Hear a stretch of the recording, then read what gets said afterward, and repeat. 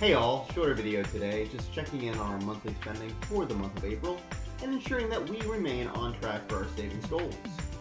We do these videos every month to keep ourselves accountable to our saving and spending goals and to encourage others to track their own family finances.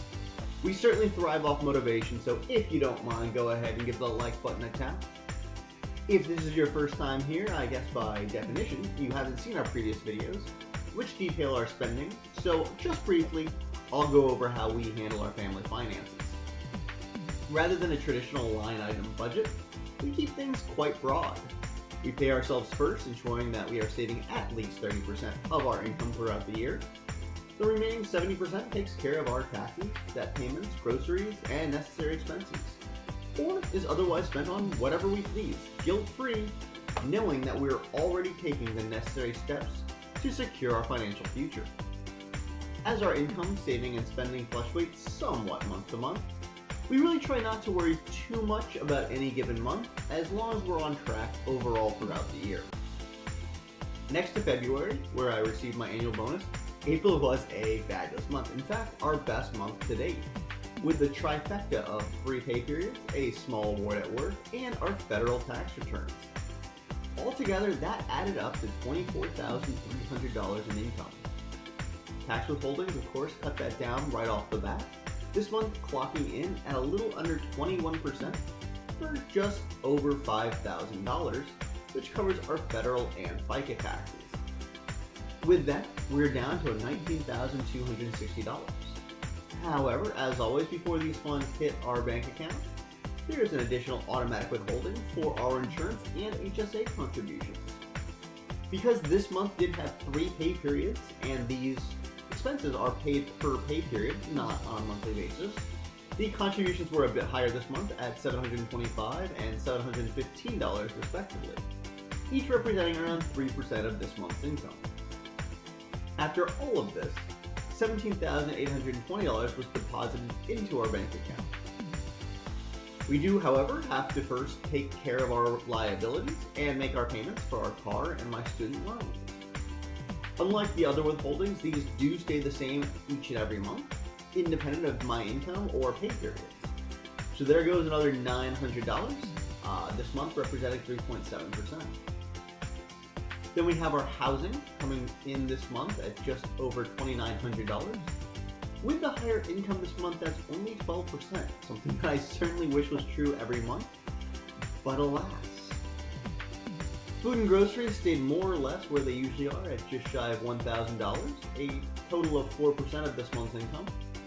But this month did see considerably higher miscellaneous spending, as we had a couple of healthcare bills come due that we simply couldn't pay with our HSA, and even made a new furniture purchase for our home, bringing the total up to $2,275, which is 9.3% of this month's pay.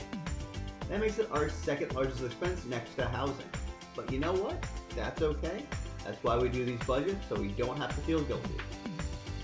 And with that, it just leaves our investments.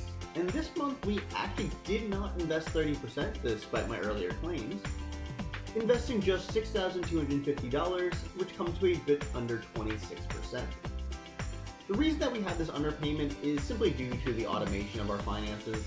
Each month we have a consistent auto transfer of funds from my checking account into our brokerage, which does not take into account the increased income. Even with some additional investments this month, we didn't quite make the 30% mark, but as you'll see as we go to our year-to-date analysis, although the margin is slimmer, we're still quite a bit over our 30% target, so this shortfall is acceptable. After all that spending, we're left with just under 19%, around $4,500 in excess budget to add to our miscellaneous pool that we'll either spend or save later in this year. With that, let's see where we stand year to date. Like last month, here we have our roughly anticipated category spending for the year and where we stand at the end of April. As I mentioned earlier, our savings rate stands at 31.4%, still holding a bit above our annual target, though admittedly a bit lower than last month. Everything else is on track, again, still diluted by the bigger months that we had early this year, which we really won't see at such a level later in the year. The one exception here is our miscellaneous category, which is clearly over my estimation, But ultimately, the excess and miss categories could really be kind of merged together. We just likely won't be spending all of the excess funds, so I have them separated out here. All in all, I'd say we're still on track, but I'll be monitoring our savings rate over the coming months just to ensure that we don't drop below that 30% target. And that's pretty much it, our budget and spending for April.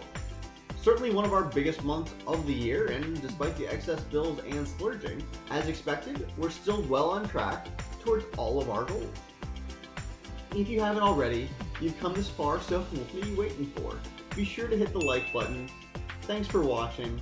In addition to tracking our family's finances, we post every week on personal finance, investing, and retirement, so please check back soon for new content. If you want to come along for our journey, YouTube can notify you whenever we post new videos. Just click the subscribe button and ring the bell to turn on notifications. With that, I'll see you in the next one.